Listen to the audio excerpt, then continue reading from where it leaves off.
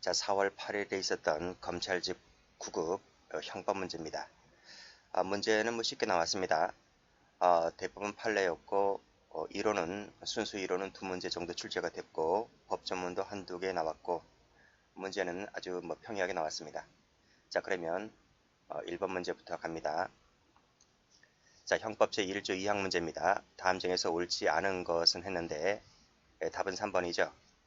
작년도 말에 있었던 아주 중요한 판례 나왔죠. 우리 판례는 동기서를 폐지합니다. 그래서 반성적 고려에 따라 변경된 것인지 여부를 묻지 않고 무조건 1조 2항을 적용하게끔 되어 있죠. 그 문제입니다. 그래서 자, 세 번째 줄 보시면 반성적 고려에 따라 변경된 경우에 한해서만 1조 2항이 적용된다는 것은 과거의 판례인 것이죠. 그래서 틀렸습니다. 당연히 예상되던 판례였었습니다. 나머지는 다 맞는 것이에요. 자, 1번 보시게 되면 자, 법률의 변경이 있더라도 형의 변경이 없을 때에는 원칙인 1조 1항의 행위시법에 따라 적용한다. 맞고요. 형의 경중비교는 원칙적으로 법정형이죠. 맞고요. 4번 보시게 되면 자, 법 개정으로 면책 규정이 추가되었을 때 1조 2항에 따라서 개정된 법을 적용해야 된다. 동기설에 따랐을 때에도 맞는 판례였고 개정된 대법원 판례에 따랐을 때에도 방금 말씀드린 대로 반성적 고려에 따라 변경된 것인지 여부를 묻지 않고 1조 2항을 적용하기 때문에 개정된 판례 취지에 따랐을 때도 맞는 지문이 되는 겁니다. 정답은 3번입니다. 자, 문제 2번입니다. 정당행위 문제입니다. 다음 중에서 옳지 않은 것은 했는데 정답은 2번입니다. 2번을 보면 피해자가 양해 내지 승낙하였다면 형법 제20조 정당행위에 해당한다고 했는데 우리 피해자 승낙이라고 하는 부분은 개인적 법에게만 적용되잖아요. 사회적 국가적 법에는 적용되지 않기 때문에 지금 가정폭력범죄 처벌에 관한 특례법 조항입니다. 그래서 법원에서 이 피고인에게 문헌 송신 금지를 명했습니다. 그리고 접근 금지 명령도 내렸습니다. 근데 이 친구가 임시보호 명령을 위반해서 피고인에게 문자 메시지를 보냈고 피고인이 이에 대해서 양해 승낙을 했다 하더라도 이것은 개인적 법익이 아니기 때문에 따라서 피해자 승낙으로서도 조각되지 않고 이것은 정당행위로 되지 않는 것입니다. 그래서 가정폭력범죄 처벌 등에 관한 특례법 위반죄로 처벌했던 사건입니다. 나머지는 다 우리가 기본 강의 때 다 보았던 지문들이기 때문에 그다지 어려운 것은 아닙니다. 1번도 보실까요? 1번 보시면 상당 방법으로 해소되었다. 밑에도 해소가 되었다 라고 하면 20조 사회상규에 위배되지 않는 행위로서 위법성이 조각된다는 판례입니다. 3번 신문기자죠. 신문기자는 자신이 취재한 내용대로 보고하겠다고 했기 때문에 정당행위라고 보았고요. 4번을 보시면 의료인이 아닌 자죠. 무자격자입니다. 그래서 의료행위를 하고 있기 때문에 따라서 처벌되는 것이죠.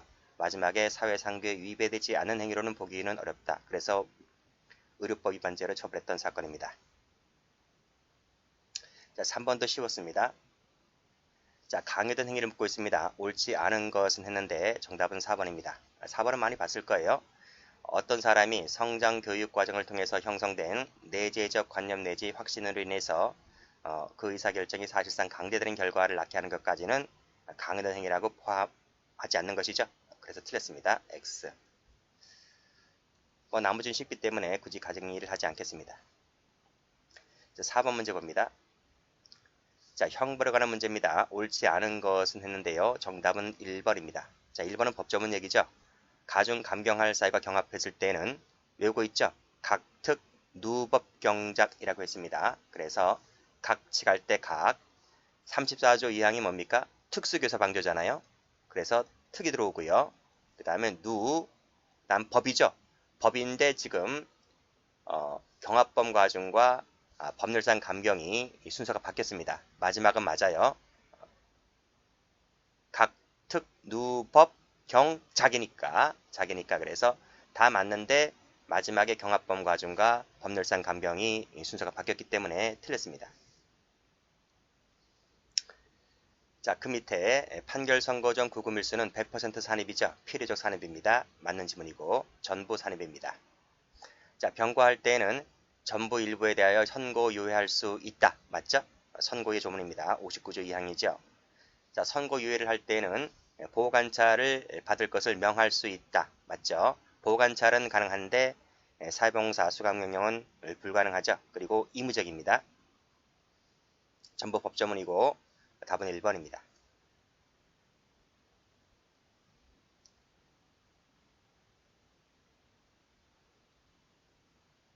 자, 문제 5번 가보죠.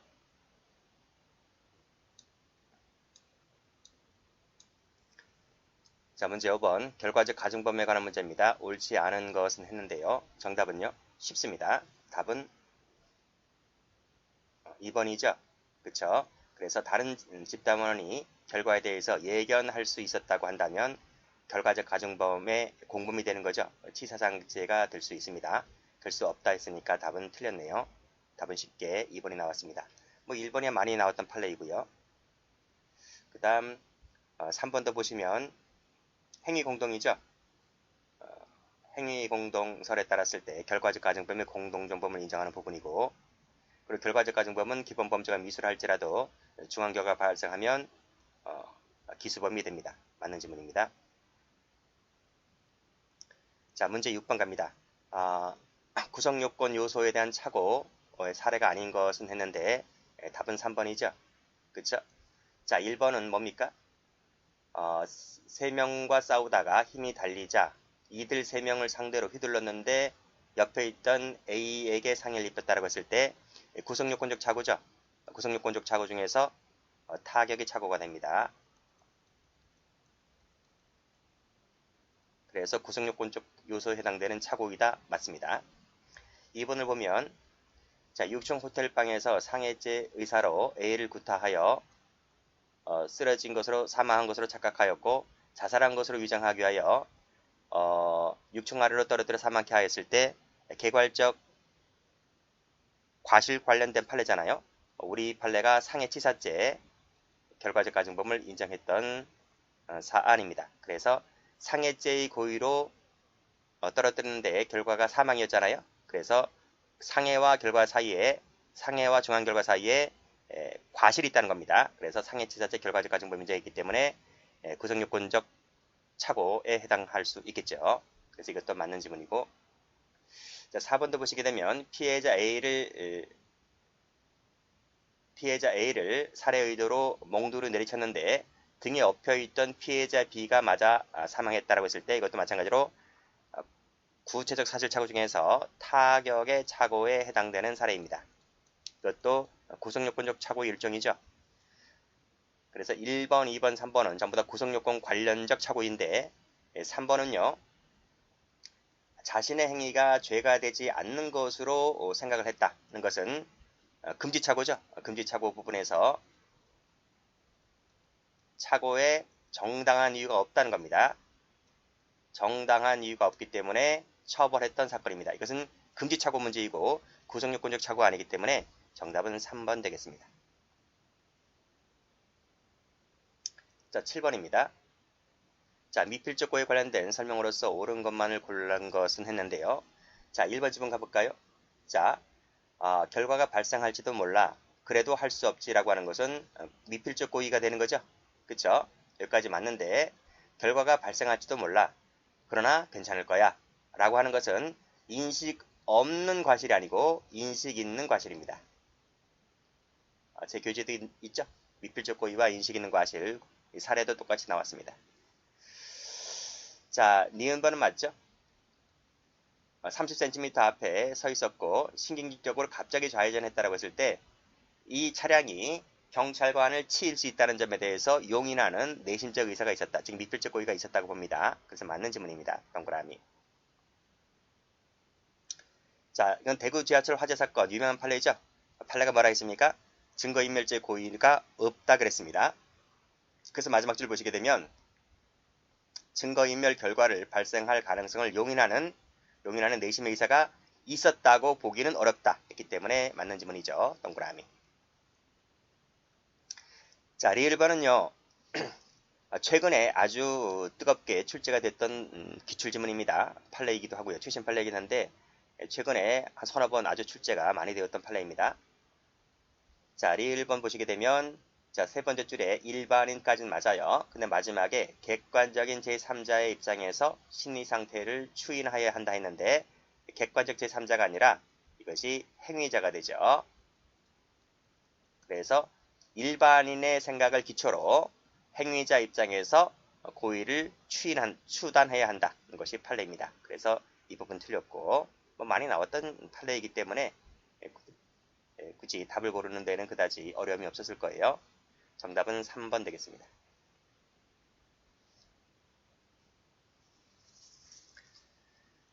자, 8번입니다.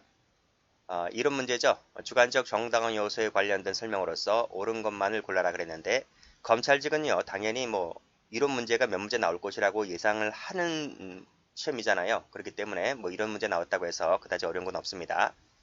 자, 1번 보시게 되면 주관적 정당한 요소 필요설이죠. 필요설에 따랐을 때 형법 조문을 가보면 방위하기 위하는 한 이것은 주관적 정당한 요소를 규정한 것이라고 해석된다. 그래, 필요설 입장에서 따랐을 때는 그렇게 해석하고 있습니다. 그래서 맞는 지문이죠. 동그라미.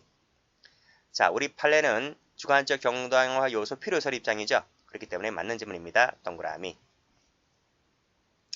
자, 디귿번 가보시게 되면 필요 없다는 불요설에 따랐을 때는 자, 고의 기수가 되는 것이 아니라 위법성 조각설이죠. 그래서 무죄설입니다. 위법성 조각.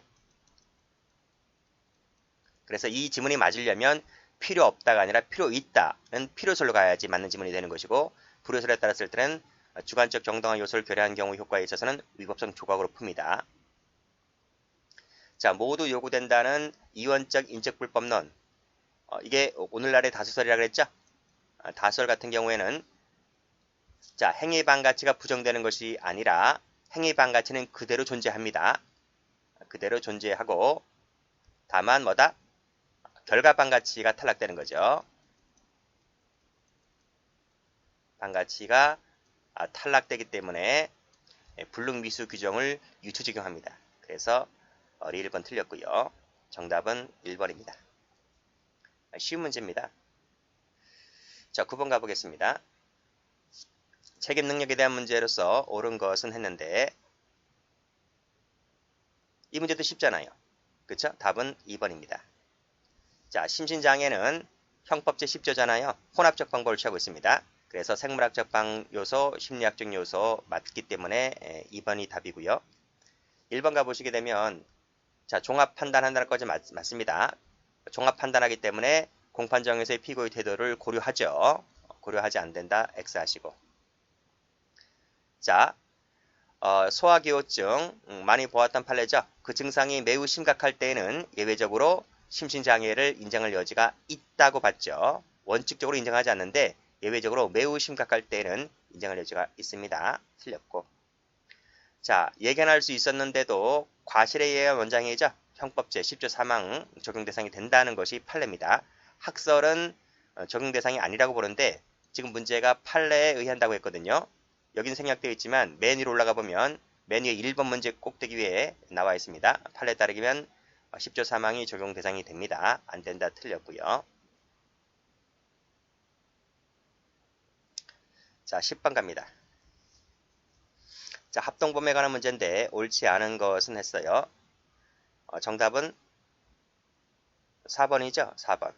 마지막 보시게 되면 적어도 모의 과정은 반드시 사전에 있어야 할 필요는 없습니다. 우연적, 그 다음에 사전, 그 다음에 현장, 그 당시에 존재도 되기 때문에 반드시 사전에 있어야 한다는 지문이 틀린 것이죠. 나머지 맞죠? 1번에 예견할 수 있었다면 치사죄, 결과적 가중범위 되는 거 맞고 2번에 보시면 착수하기 전에 미리 도주를 해버렸잖아요. 그러면 합동범으로 다스릴 수가 없고 그리고 공동정범, 교사범, 정범의 구별을 기준은 일반 원칙, 즉 행위지배설에 따라서 판단하게 되죠. 삐끼주점 사건에서 많이 나왔던 판례 내용입니다. 답은 4번 되겠습니다. 자, 11번입니다. 자, 주거침입죄 문제입니다. 옳은 것만을 모두 골라라 그랬는데 1번 외부인이 주거 내 현재하는 거주자의 현실적 승낙을 받고 들어가죠. 간통사건이잖아요. 그랬을 때는 부재 중인 다른 사람의 의사에 반하는 것으로 추정된다 할지라도 죄가 되지 않는다는 거죠. 틀렸습니다. 자, 2번도 같은 판례인데요. 자, 현실적인 승낙을 받고 들어가잖아요. 그랬을 때는 자, 관리자의 가정적 추정적 의사는 고려하지 않죠. 않기 때문에 1번 같은 경우에 주거침지가 되지 않는 거예요. 자, 다음. 자, 음식점 판례도 많이 나왔죠? 음식점 영업주의 승낙을 받고 들어갔다면 통상적인 방법으로서 들어갔다면 설령 범죄의 목적으로 들어갔다 할지라도 죄가 되지 않는다 그랬습니다. 동그라미. 자, 1번 착수는 현실적 위험성을 포함하는 행위를 개시하는 것만으로도 족하죠. 그래서 손잡이를 잡아당기면 그 즉시 착수를 인정하듯이 맞는 지문입니다. 정답은 4번 되겠습니다. 자, 문제 12번입니다. 친족 상들의 문제입니다. 옳지 않은 것은 했는데 답은 쉽습니다. 답은 4번입니다. 사돈지간은 친척 관계가 아니죠. 친족 상들어가 적용되지 않는다는 것입니다. X. 1번은 뭐 법조문 얘기고요. 작물제 부분, 피해자 간, 본본 간 맞고, 손자 할아버지 사건도 많이 나왔죠. 피해자는 은행이기 때문에 은행과 손자는 친척 관계가 아니잖아요. 그래서 친족 상대를 적용할 수 없다는 것 맞고, 인지 문제도 소급표 많이 풀었던 것이고요. 자, 13번입니다. 교통방해죄 문제입니다. 옳지 않은 것은 했는데 정답은 3번입니다. 교통방해죄는 즉시범이 아니라 계속범이죠.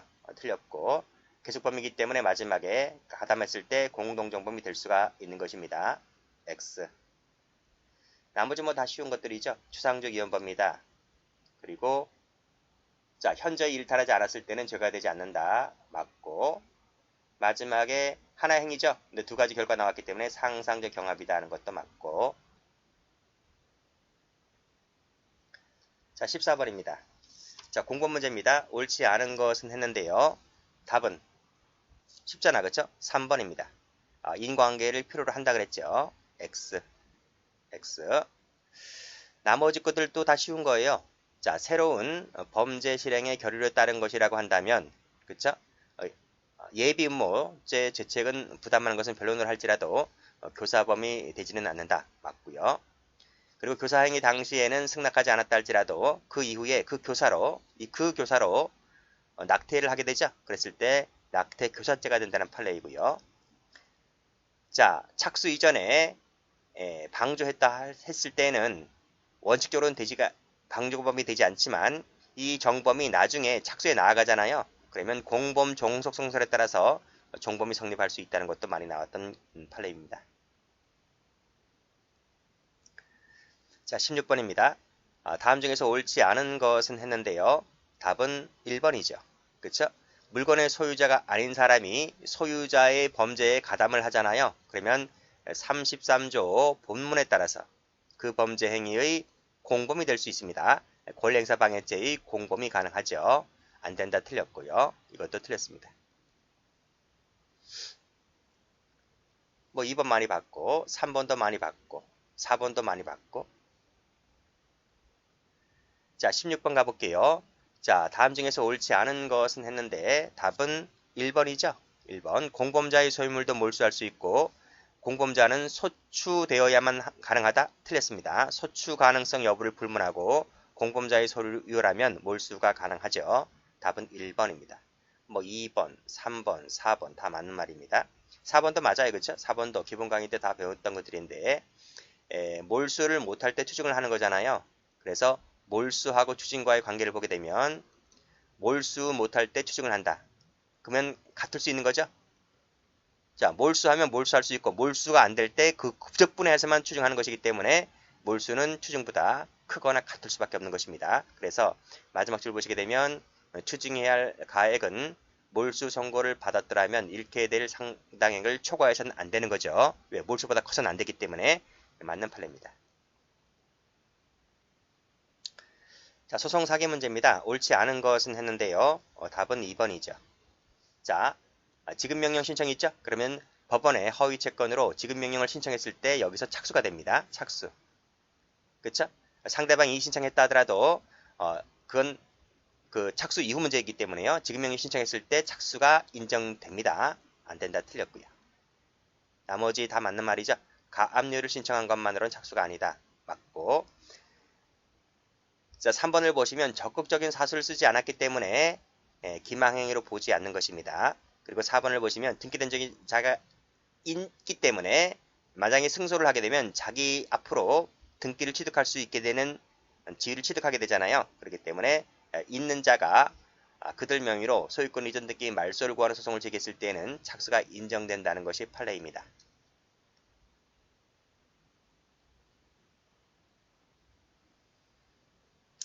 자, 18번 갑니다. 다음 중 옳지 않은 것은 했는데요. 답도 쉽죠? 4번입니다. 이동전화 가입 신청 사건 많이 아시죠? 즉 권한 없는 자가 용도 외로 쓴 것이죠. 따라서 공문서 부정행사죄가 되지를 않습니다. X 하시고. 자, 1번에 등본 맞죠? 등본은 객체가 되지 않기 때문에 부정행사죄가 되지 않습니다. 2번에 이미지 파일을 보여주는 것은 죄가 되지 않죠? 자, 4번을 보시게 되면 다른 사람의 운전면허증을 제시했다고 했을 때 용도 내로 썼기 때문에 부정행사죄가 됩니다. 자, 19번. 다음 중에서 옳지 않은 것은 했는데 이것도 역시 쉽습니다. 1번이죠. 차량 운전 나와 있죠? 절차한 차량을 운전해주는 것은 강도 예비죄가 되면서 작물 운반죄가 되죠. 하나 행위이기 때문에 운전이라는 하나 행위이기 때문에 상상적 경합이 된다라고 배웠던 판례입니다. 안 된다 틀렸고요. 대물변제 예약은 자기 채무이기 때문에 자기 사무이기 때문에 이것을 이행하지 않았다 할지라도 배임죄가 되지 않습니다. 많이 나왔던 판례이고요.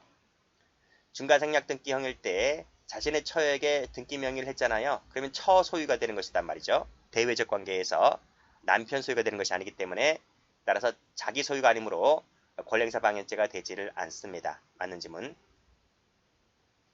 4번을 보시면 이계하는 과정에서 잘못 기재하자 찢어버렸다고 하잖아요. 그럼 문서로서의 요건을 못 갖춘 거예요. 따라서 손괴죄의 객체가 되지를 않는다는 판례입니다. 자, 20번입니다. 자, 다음 중에서 옳은 것만을 모두 골라라 했는데 이 판례도 많이 나왔던 겁니다. 자, 기억번을 보시게 되면 지금 권한 없이 A 회사 아이디 패스워드를 입력하여 A 회사의 예금 계좌로부터 자기 계좌로 이체했잖아요. 계좌 이체한 것은 뭐다? 계좌 이체한 것은 컴퓨터 사용 사기죄가 됩니다. 그래서 맞는 지문이죠. 자, 니은번 가보시면 자기 현금 카드를 사용했다고 했습니다. 자기는 뭡니까? 권한이 있는 자잖아요. 권한이 있는 자가 돈을 인출하는 것은 절도도 되지를 않고 사기도 되지를 않아요. 따라서 이 물건은 결국 작물이 될 수가 없는 것이죠. 그래서 작물 취득죄가 되지 않는 겁니다. 니은을 가보시면 자, 보세요. 권한 있는 자의 행위가 된다라고 나오죠. 그래서 절도나 사기가 되지를 않는다. 그래서 맞는 지문입니다. 동그라미.